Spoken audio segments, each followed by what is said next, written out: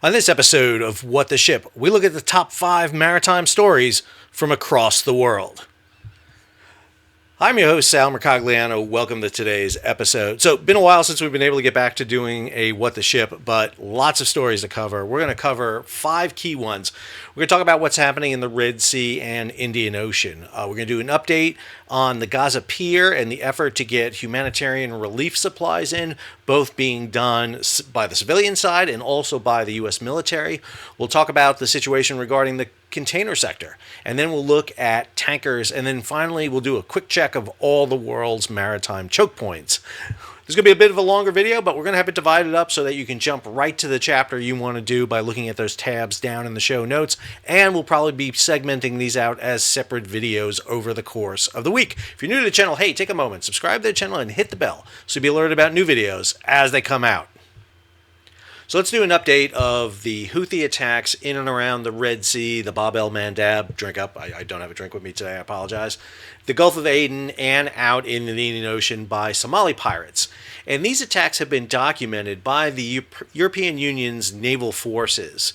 Operation Aspids, or Aspides, I'm not sure how to say that. They have been documenting the incidents that have taken place. This is their new report that's out. And I got to say, I'm not a big fan of the new report as much as the old one, but this one is a little bit more detailed. The one thing they have omitted in this report, which I don't like, is the name of vessels. For some reason, they're cutting out those names. I'm not sure if they want to be able to give the idea to the Houthis of what ships to attack, but they have largely cut them out, although you can get them from past reports. And what you see here is just the scope and scale of these reports. Over 100 attacks have taken place, 117 documented incidences, and you can track events that have taken place. Plus, maps will show you, based on the numbers, where they took place in and around the region. They're also providing graphical information here. So for the past week, the number of attacks, and then yearly. I'm not looking forward to the idea that they've got this out through the end of the year. That's really not giving me a good, warm, fuzzy feeling that this is going to end anytime soon. A couple of things from their update that I think is really important here.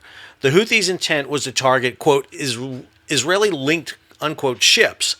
And they have extended their list of targets as a result of airstrikes conducted by the United States and United Kingdom starting on 11 January to ships affiliated with them.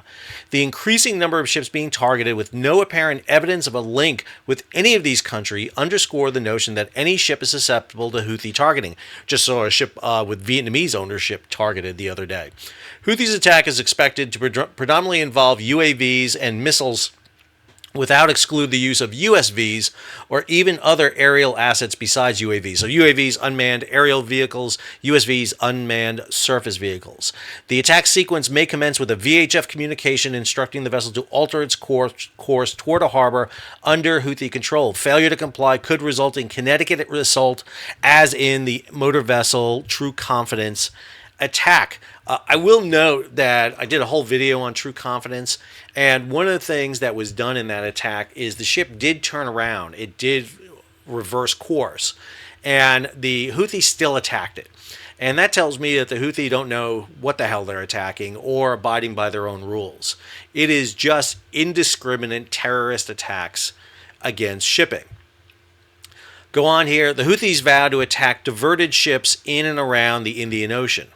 So here's a chart showing where those scope of attacks may range out to. You'll see that these attacks, based on their use now of hypersonic weapons, these are weapons that can go beyond Mach 5, can reach out further out into the Indian Ocean. However, should note that this will impact vessels coming out of the Persian Gulf and the western coast of India, heading southward toward South Africa or through, obviously, the region the Houthi have been attacking in the past. They will not be able to reach those vessels that are coming out of the Straits of Malacca heading to South Africa. So while this is an expanded range, it doesn't really impact a lot of the vessels I think the Houthi would want to target. The U.S. military is continuing its campaign against Houthi sites ashore. Both the United States, United Kingdom, and some other navies are doing this, but predominantly it's the United States, with either shore-fire weapons coming from their destroyers off the coast or from aircraft launched by the aircraft carrier USS Dwight D. Eisenhower located in the central Red Sea. The Somali pirates have ratcheted up the situation even more with the abduction of another bulk carrier, this time the bulk carrier Abdullah. It was hijacked out in the Indian Ocean. 20 armed men boarded the vessel, and the ship has sailed into Somali waters and is now being held. They have asked for $5 million in ransom. Now, this is something that we had not seen up to this point. It gave me the indication that these were separate from the Somali piracy of old. Back prior to 2017, Somalis would seize vessels and then hold them for hostage and wait for a bag of money, literally, to come parachuting out of the sky. We hadn't seen that previously, and we thought maybe that was because they were doing this in league with the Houthi, but now it appears separately. The other reason may be that the vessel that they have had, the Ruen, was being used for another purpose.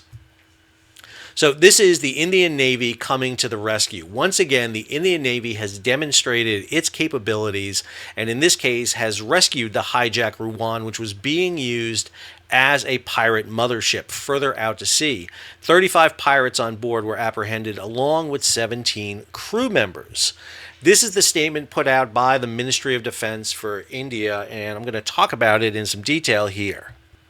The INS Kolkata, which is that same destroyer that was used to help fight the fire on board the Mediterranean shipping ship, was sent into the area and intercepted the pirate ship Ruen on 16 March. And this is highlighted in the Ministry of Defense note. In a reckless hostile act, the pirates shot down the drone and fired at the Indian Navy warship. This resulted in the pirates surrendering and releasing the pirate ship motor vessel Ruen after the INS Kolkata took action. The video you see here are Indian Marcoms. These are Marine commandos being parachuted into the water to assist in the liberation of the Ruen. The efforts of the Indian Navy in the ongoing anti-piracy operation, 1,400 nautical miles from mainland India, was augmented by the deployment of INS Subhadra in the area on the morning of 16 March and by airdropping of Marine commandos by C-17 aircraft in the same afternoon. Due to the sustained pressure and calibrated actions by the Indian Navy over the last 40 hours, all 35 Somali pirates surrendered in the afternoon of 16 March. Should be noted that the Indian Navy took action to disable the Ruen by disabling its rudder and basically making the ship unable to sail. Goes on here. All 35 pirates and 17 crew members were safely evacuated. The seaworthiness of MV Ruen will be assessed in the morning of 17 March. The vessel is still carrying approximately 37,800 tons of an estimated cargo value of $1 million. And here you can see the Indian Navy over the pirates that have been gathered up and being held on the forward hold of the vessel. At the same time, the crew of the True Confidence have arrived back home. This is the vessel that was struck by the Houthi, inflicting damage. The vessel had been abandoned. 3 crew members had been killed, 2 Filipino, 1 Vietnamese, and 3 other crew members severely injured. The vessel is still adrift at this time in the Gulf of Aden. There are efforts to try to get a salvage vessel on it to tow it to safety. There's no indication of fire. There's no smoke being seen from it by satellite. However, the vessel is a hazard to navigation at this time. There's also an interesting story here about the impact this is having on African ports. With so much trade going around Africa, Africa's inefficient and aging ports are hampering the continent's chances of capitalizing on a surge of ship traffic. The number of vessels sailing around the southern tip of Africa is up 85% from this time last December. All of this is being caused by this, but the big beneficiaries with ports in South Africa, Madagascar, Mauritius, and Namibia, all of which have seen volumes rise, manufacturing is up. However, most ports of Africa are inefficient and not in the best condition to be able to realize all these benefits. This could be a real opportunity for Africa, but several ports were already congested due to inefficiencies. Investments are needed to enable them to compete. I'll also mention this, that for some ports, especially along the east coast of Africa, they are not just not able to take advantage of this, but they are being severely impacted by the Houthi attacks. Eritrea, Djibouti, Somalia, Tanzania, Sudan, and even the east coast of Egypt and the west coast of Saudi Arabia, Jordan, they're all being impacted by this because ships have to divert around this long extra voyage, especially for countries that are very cash strapped, can't afford to buy food and resources. This means they got to spend more money on transportation and less money on cargo coming in. And that's the impact the Houthi are having.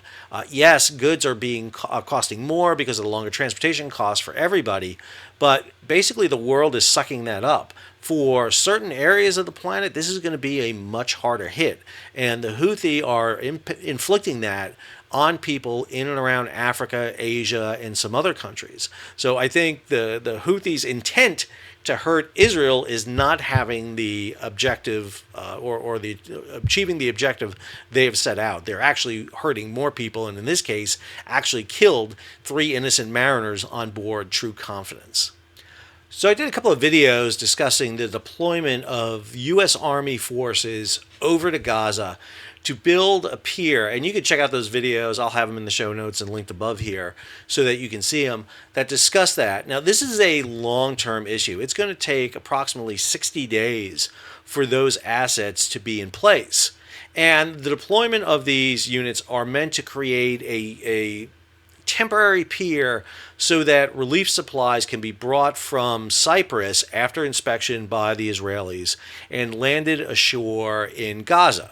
These are images of the deployment of the second group of vessels. One vessel, the U.S. Army vessel Besson, had sailed on March 9th, and then other vessels, one logistics support vessel, an LSV, and 3 smaller LCU 2000s, all set sail. And those vessels were intended to basically build the pier. The pier itself is being loaded on board a ship of the Ready Reserve Force, this vessel right here, the motor vessel Bien Viendas. These assets are going to take time to get in place. Again, the estimate is about 60 days from the announcement of the president for the full deployment. It's going to take over a month for the second convoy of ships just to get there because they're slow, they don't move very fast, they got to go a very kind of circuitous route to get there because of the nature of the vessels and weather. But in the meantime, there are efforts afoot to get supplies into Gaza. Now, obviously, the easiest way to get supplies into Gaza is across the border between Israel and Gaza. However, there are difficulties in doing that imposed by Israel. Same thing on the Egyptian side. And so what we've seen happen is a humanitarian maritime corridor has been established. And we've seen the first vessel, this is the Spanish flag Open Arms, come in to deliver this cargo.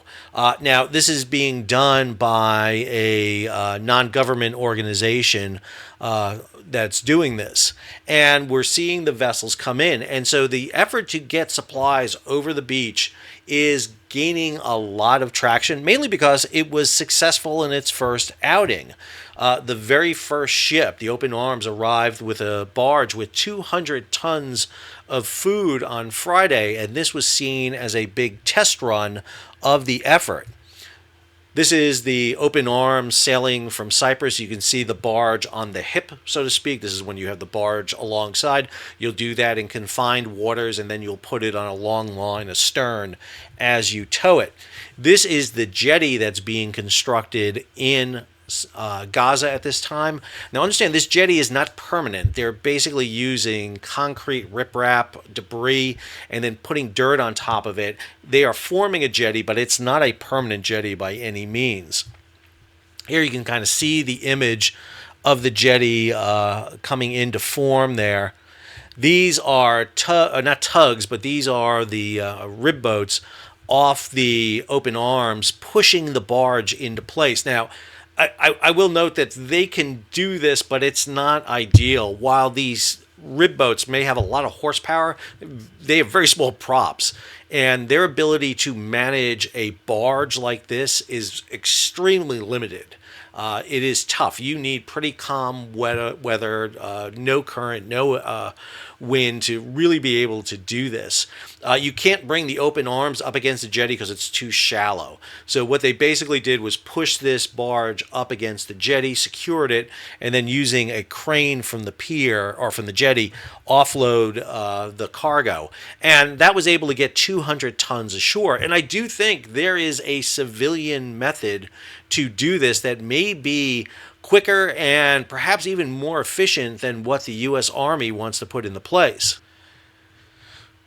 The World Central Kitchen, which is the entity that is organizing this, has got a second barge loading up with material at this time so that they can set sail and head over. They're going to further develop that jetty to try to allow for this deployment of material ashore. And I just think it's going to take the U.S. Army at least a month for the second convoy to arrive. The Besson should be able to make it over in 3 weeks from the time it sailed. The Benavides, the cargo ship that's loading the material, can get there fairly quick, actually. It'll probably beat the Army vessels over there. But there are commercial alternatives that can be set up. The real big question is, will the Israeli Defense Force allow this to be happen? Will they allow for a more permanent jetty-style construction to be done in this area? And more importantly, the security ashore. Will they provide, or will other area elements have to provide security? I get worried that getting the U.S. involved is great. They're going to be able to put a fantastic pier in there. The Trident Pier is being used all the time in joint logistics over the shore operation. It'll be much better than the kind of haphazard jetty that's being thrown together right now. But it will also be a target because it is U.S. And the U.S. watercraft, the U.S. soldiers, the U.S. sailors that are going to be there will draw a lot of attention. And the question is, does it take away from what should be the primary purpose, which is delivering humanitarian aid into the region? There's also the other issue here that the U.S. is providing aid to Israel in the fighting against Hamas. We are actively supporting Israel in its attack against Hamas. So on one side, we're providing intelligence and munitions to the Israelis because there are U.S. ships that are delivering this. I see it all the time. I watch this stuff. I know it. I got yelled at one time for saying it out loud. Well, we do it. There are U.S. ships that are delivering aid and cargo to Israel. And if you're delivering aid and cargo to both sides in a conflict, that's a sure way to get yourself stuck right in the middle of it. It really is. And I understand the humanitarian side of it. Believe me, I'm a volunteer firefighter. The way you deliver humanitarian aid is immediately at the time. Telling people that we're going to help you in 60 days, that's a bit of a problem. I know we're airdropping food, but you can never airdrop enough food into Gaza to provide what is needed. You would have to commit more assets than I think the U.S. is willing to contribute. And we need to do something to stop the conflict. That's the issue, really, more than anything else.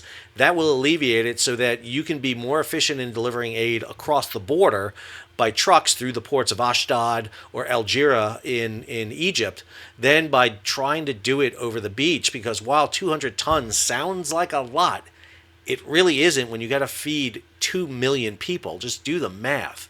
That's a couple of ounces per person being delivered.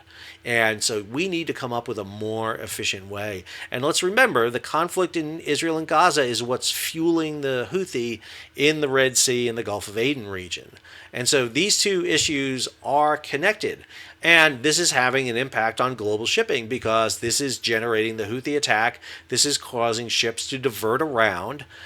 This blockade is not starving Israel out. Ships are still getting to Israel. Cargo is still getting to Israel. It's taking a little bit longer to get there. It may cost some more money to get there. But nobody is being, quote unquote, blockaded here by the Houthi. The one blockade that is taking place is in the Gaza. That's the one place that we see it taking place. And again, I'm not getting political here by any means, just laying out the facts. And what we need to do is have the people in charge come up with what our plan is going to be. Because right now, what I foresee is a real danger of us kind of showing up in a month or two off the coast of Gaza and delivering aid when it's way late by this point. I mean, you need to provide assistance pretty quick. And unfortunately, what we're seeing right now is NGOs, humanitarian organizations, World Central Kitchen is taking this effort. And they're delivering humanitarian aid, but it's slow. It's great to have 200 tons arrive, but again, it's going to be a couple of days till the next boatload arrives because it takes time to do this. And once a storm or just natural erosion takes place, that jetty is going to fall apart, and they're going to have to keep rebuilding it and rebuilding it. So one of the biggest sectors in global shipping has to do with containers, and it has been one of the most volatile, not just over the past 4 years since the global supply chain crisis back in 2020 as a result of COVID, but it has been that way since, you go back 2008 with the collapse of the market. This has been an area where we have seen peaks and troughs all the time. And looking at it right now, there are a lot of warning signs and also a lot of mixed information coming out. One of the things we try to do here at What's Going On with Shipping, especially on this program, What the Ship, we try to give you the kind of good information about what to expect going forward in a specific industry. So this story from Mike Schiller over at G-Captain: U.S. container imports resilient despite shipping challenges. So while we're seeing a lot of issues here with the question about whether or not we're going to see freight rates and container volumes in different areas, this story right here is based on information from the National Retail Federation. So this is their monthly imports tracker. And you'll see the numbers on the left here, that dark gray, are the TEUs in millions for 2023. And if you look at 2024, well, we have been exceeding 2023 numbers for nearly almost every month. This market may last even longer.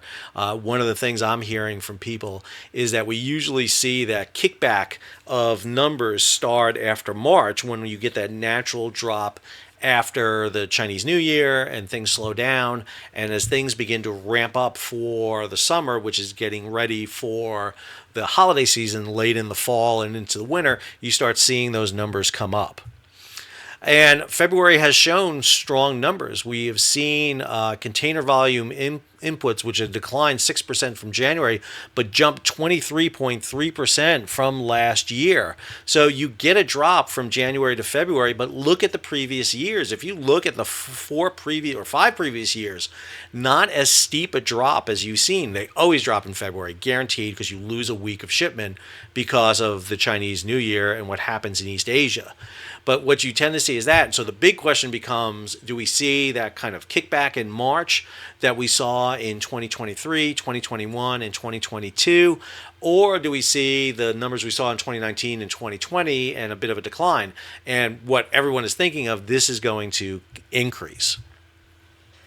And that's indicated in some ports. The port of New York and New Jersey is seeing a strong start to 2024. There was a lot of debate that LA and Long Beach were going to start taking back a lot of that cargo from the East and the Gulf Coast, but not everybody is doing that yet, even with difficulties, as we'll talk about, with the supply chain crisis and issues in the Panama Canal and the Suez. We're still seeing the East Coast ports doing extremely well. This was a story Mike Wackett at Lodestar did. This comes out of the TPM, the Trans-Pacific Maritime Conference, that was held in Long Beach by S&P Global and the Journal of Commerce.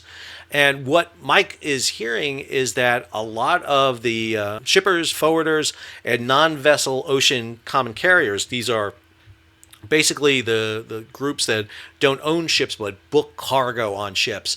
Think of them as travel agents for cargo that book cargo for ships. They came away from that conference without new contracts, and that's usually what happens at that conference.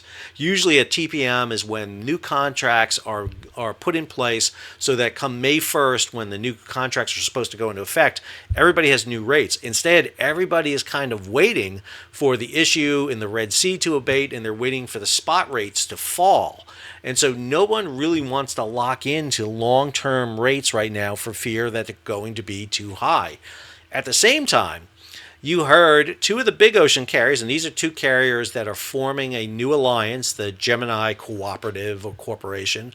Hapag-Lloyd seeks cost cuts as net profits slump. So the Germans are talking about the fact that we're seeing a reduction in profits. At the same time, their partner, Maersk, is saying that overcapacity is pushing rates to unsustainable levels. Because they have overbuilt in terms of shipping, there's too much capacity out there. That's going to push rates down. Well, let's take a look at those rates. This is from the Freightos terminal. And again, thanks to everybody at Freightos for giving me access to this so I can give access to you. You'll see here that the global container freight index is down about 4%. It's at $2,717. But again, look at the track record. Look at where it was at in or throughout 2023. It was bouncing between about $1,400, maybe down as low as $1,000, and then it kicks back up. Let's look at some key routes. The China East Asia to North America West Coast, that's up $4,276. The China East Asia to North American East Coast, that's up $56.69, down 4%. And one of the things to notice here, and I don't reference it enough, but I probably should, is notice the expansion here in transit times between minimum and maximum. You're seeing that difference keep going right there at a pretty high level. Let's go ahead and look at rates coming from China and East Asia to Northern Europe. This is listed as Suez, but we know they're diverting around. You can see that climb, 31.55. It's down quite a bit. We're seeing that one drop. The China East Asia to the Mediterranean, this is the longest route, obviously, because you have to go all the way around Africa and back in. That's holding at about 4,000. And then if you look at the Atlantic route, the Northern Europe to North America route, that's been hanging pretty steady. That's been sitting at about 1,671. And again, this is an index. These are not rates that you probably can get quoted from a broker, a freight forwarder, an NVOC. But this gives you just a general idea of where this falls out for now. It's a good indication. Two quick stories about containerization and containers that you need to be aware of. This one from Mike Schuler over GCAP. Soaring container imports from China to Mexico sparks speculation of a backdoor into the United States. So there's been a lot of attention to the fact that our imports from Mexico are down. We're seeing a staggering 60% year-on-year increase in container shipping imports from China to Mexico. And there's a lot of belief that while we're seeing a reduction in containers coming from China to the U.S., they are going into Mexico. And then those containers are coming through Mexico into the United States. Zentia notes there was a 34.8% surge in container shipping between China and Mexico in 2023, a massive leap from the modest 3.5 growth in 2022. So while we may be thinking we're weaning ourselves off of products coming from China because we're on, we're nearshoring, we're getting stuff from Mexico, need to look a little closer at where that stuff from Mexico is coming from. And then this one, which is a good story, and I think it needs one that we need to build on because this talks about infrastructure in the United States. A record year for the largest container on barge network in the United States. Port of New Orleans recorded an impressive 20,500 container moves by barges in 2023, marking the highest number since the service was launched in 2016. So this is loading barges by Ingram Marine in and around the port of Greater Baton Rouge. The service has been averaging about 30,000 TEUs between New Orleans, Baton Rouge, Memphis, and St. Louis. And this is a sector that we need to develop more, the idea of moving containers by the inland waterways. We just need to do this in a larger way. Obviously, there are issues associated with this. Low water levels in the Mississippi make this an issue. We need to invest in container terminals and container cranes up along the coast so that we can go to potentially other ports besides Memphis and St. Louis. We need to do this above the locks of St. Louis into the Ohio River and the upper Mississippi River. These are where we should be investing some of that infrastructure money we talk about into ports in local areas and facilitating this move. This gets these containers off the highways into the inland waterways and it is much more efficient in terms of cost, also much more efficient in terms of pollution to move every ton. And so this is a great element that we need to see invested in. The U.S. Maritime Administration, the Department of Transportation, Commerce, Agriculture, Interior should all be talking about this. Where is that strategy to develop our inland waterways in a much more efficient way? Yes, the Maritime Administration has their Marine Highway Program, but here's a perfect indication of something that we need to be doing.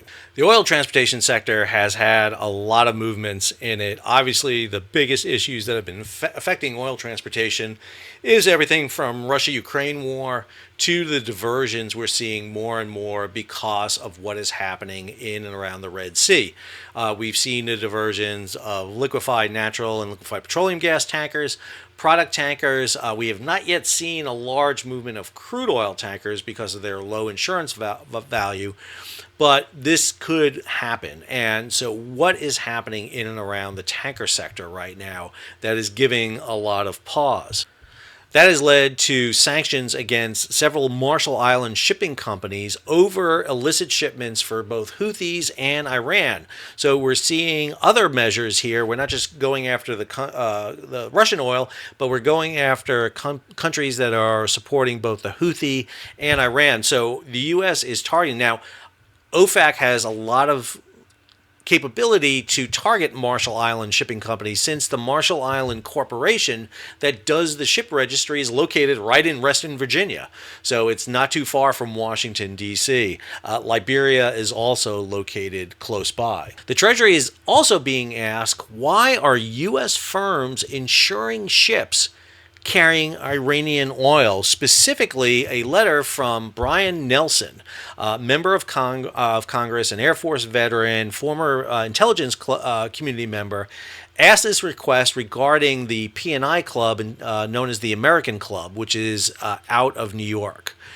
Specifically, he is asking, on 3 separate occasions, I have asked about the current status of American Club, and I am still waiting to receive a satisfactory response. As you know, in response to the United States imposing sanctions on Iranian oil, Iran and its buyers have used a ghost fleet of vessels to conceal the origins of Iranian oil, allowing Iran to continue to export oil that ultimately funds acts of terrorism. While sanctions are a tool to restrict access to the U.S. for companies that engage in certain commercial activities in Iran, we must hold certain U.S. entities indirectly involved in sanctioned activity like American Club accountable for profiting from their involvement in sanctioned activities.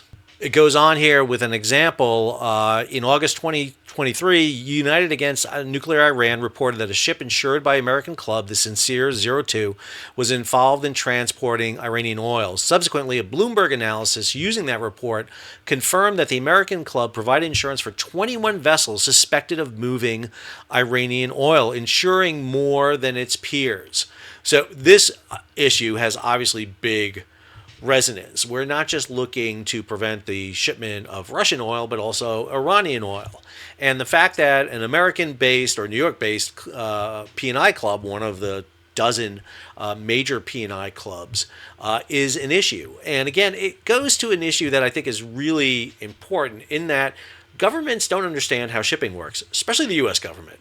And more importantly, while there are people within the U.S. government who understand it extremely well, they are divided in different executive departments: the State Department, the Treasury Department, the Transportation Department, Commerce, Interior. There is no one repository from which all maritime stems. I go back to this issue time and time again, that the U.S. Maritime Administration should be the central repository for all knowledge maritime. And members of the U.S. Maritime Administration should be sent into different offices and different executive branches to be liaisons, so that they can bring communication from those different agencies together and have the big holistic picture of what is happening in terms of the maritime environment. All right, also going on in the tanker market, Russia's crude shipments rebound to the highest level this year.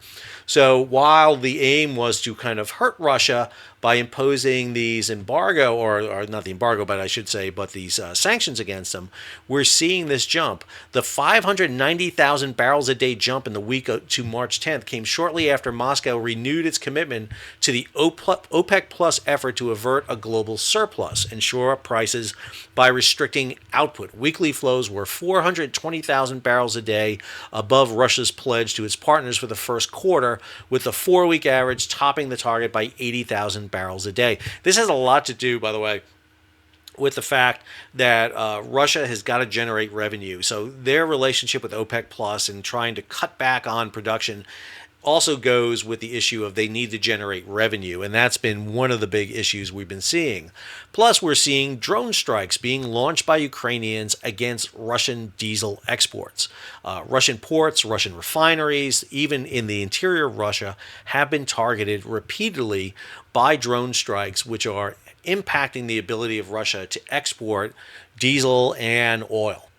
On the flip side, the U.S., once again, for the 6th straight year, is leading global oil production. U.S. crude oil production leads with an average production of 12.9 million barrels per day. In December, the U.S. crude oil production hit a new monthly record high of over 13.3 million barrels per day. From the EIA, this is the Energy Information Administration, the U.S. produced more crude oil than any other nation at any time, according to our international energy statistics for the past 6 years in a row. Yet we still find ourselves in a situation regarding refinery deficiencies. We're not able to refine sufficient oil in our own country because of the type of oil, because of the type of refineries we have. So we're in a weird situation where we're exporting oil, refining it, and then importing it back, or importing material we have to mix with our oil after the refining process. So even though it sounds like we can be completely independent with the amount of oil we have, we're still in a global system that we need. And plus, this gives us a lot of leverage. If we're the biggest oil exporter in the world, or the biggest oil producer in the world, this should give us a lot of leverage over countries that are not energy exporters but energy importers. I'm thinking countries like China, for example. This should give us a massive amount of leverage that I don't think we're using very efficiently in ensuring things like trade agreements, human rights, issues regarding the sea down in the South China Sea, other efforts around the world. Again, undercut Iran if you want with sanctions, but better yet, sell oil to who Iran is selling to. And that is a way to kind of get around that. But again, if the U.S. is going to be a big, huge energy exporter, we're going to be challenged by others around there, Russia being one of the big ones out there, along with Iran. This past week, I had an opportunity to go give 2 separate talks. One was up at George Washington University for their National Defense Leadership Seminar. Great talk on the butterfly effect of global shipping disruptions. The second was up at BOC International, great group up in Boston, freight forwarders, NVOX, that do a ton of work in and around shipping. They invited me up for their annual supply chain summit. They do this right after the TPM conference out in Long Beach for companies that are based on the East Coast that can't get out to Long Beach. So they ran that. So I talked about maritime chokepoints largely. So I thought we'll talk about maritime chokepoints today because it is, once again, another vital subject. So one of the big choke points, obviously, is the Panama Canal. The Panama Canal has seen a reduction of about 2/3 capacity due to low water levels in and around the canal. And this is from an El Nino effect that's taking place that has reduced the levels in the canal. Well, just this week, the Panama Canal is increasing the daily transit slots amid improved water levels. If you look at the latest numbers, they are right now at 24 ships going through, 7 Neo-Panamax and 17 Panamax. They're going to increase that by 3 by allowing 3 more Panamax vessels going through. Now, this is significant. Those are the smaller locks, the Panamax locks. The Neo-Panamax locks are the bigger locks built back in 2016. There was also discussion at both TPM and up at the Connecticut Maritime Association this week. The Panama Canal averts a crisis for now, but at a cost to drinking water. And one of the things that we see is the Panama Canal has avoided the worst of the shipping crunch that threatens to upend the global economy, but at a cost. After imposing strict limits on vessel traffic, thanks to conservation measures, water levels fell just over a foot for the year through March 12th. These measures are coming with side effects. The canal recycles water from locks. That's true of the new locks, not the old locks. Instead of flushing it to sea, this reused water gets saltier, and some of it infiltrates Lake Gatun, an artificial lake that forms part of the channel. I should note that the deputy head of the Panama Canal Authority noted that she expects the resumption of normal trade through the canal by September. However, if you look at the water levels, they are still showing to decline through May.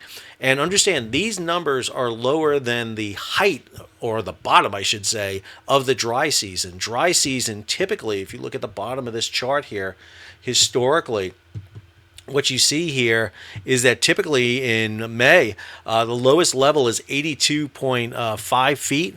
Well, we're at 80.5 feet. So we're 2 feet below the normal lowest level. And it is just expected to keep falling. And this has a lot to do with water management in and around the canal. They need to dam up more water. They need to be more efficient in their water reclamation. And they're still allowing, for example, ships to go into the canal and back out again on sightseeing tours. Cruise ships will not go a full transit through the canal, but halfway through just for the canal, because they pay a huge amount of money to do this. The Panamanians need to work on the issue of water reclamation. But understand, this is not the biggest story going on in Panama right now. The biggest story going on in Panama right now has to do with copper mining in and around the area and rights to that. This is not really resonating as the biggest issue, even though copper mining does use a lot of water also in this. So we're still seeing issues in Panama. Next, we look at the IMF and their port watch. Now, IMF has done a fantastic job in putting this site up. It's not fully running yet, but they're tracking trade disruptions. So, for example, they track the issue in the Red Sea, where 15% of the global trade goes through. They're plotting the shipping reductions in the Panama Canal, where 5% of shipping goes through. That's 20% of the world's shipping is dealing with disruptions right now. And when you look at the data being put out there, you can see the impact. The Panama Canal has seen a reduction. We're seeing the number of ships, and this is done in actually measurement tons, is being reduced. 77% of the cargo that goes through the Panama Canal is United States, either imports or exports. And for many South American countries, it's absolutely essential to have the Panama Canal to route their vessels through. Some South American countries rely on over 50% of their trade goes through the canal. And then when you look at the Suez Canal versus Cape of Good Hope, you can just see how that happens. They were pretty much in sync for most of the time, and then it just diverges. And that has caused a massive amount of problems.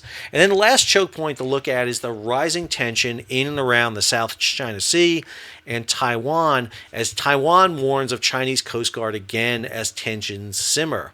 We have seen attacks by the Chinese Coast Guard against Filipino vessels that are trying to resupply island bases that are claimed by China.